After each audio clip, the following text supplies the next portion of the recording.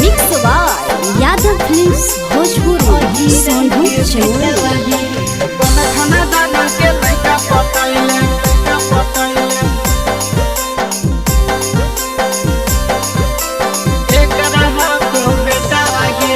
केकर रुपैया पर कर है फुटानी, केकर रुपैया पर कर है फुटानी, लेके घूमो ही बुलेटा वागे। अगे कौन खाना दाना के लइका पटैले केकर को बेटा वागे। कौन खाना दाना के लइका पटैले केकर को बेटा वागे। यार के पैसा पर करिए फुटानी, यार के पैसा पर करिए फुटानी, घुमाबो है लेके बुलेटा वारे। बड़ो घराना के लइका पटैलिए अहीरा के बेटा बारे। बड़ो घराना के लइका पटैलिए यादव जी के बेटा बारे, यादव जी के बेटा बारे,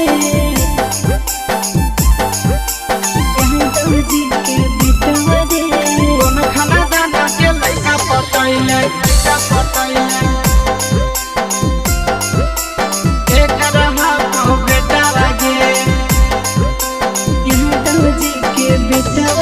अगे पूरे बाजार में चलो ही छूटा, भागो ही बाऊ के तोड़ी के खूटा, भागो ही बाऊ के तोड़ी के खूटा। काहे करे जा फटो कोर फूटा, कह देबो यार से खाए जैबी जूता, जैबी जूता।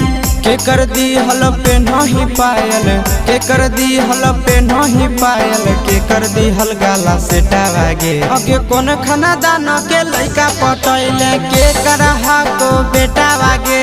बड़ो घराना के लइका पटैलिए यादव जी के बेटा बारे, यादव जी के बेटा बारे,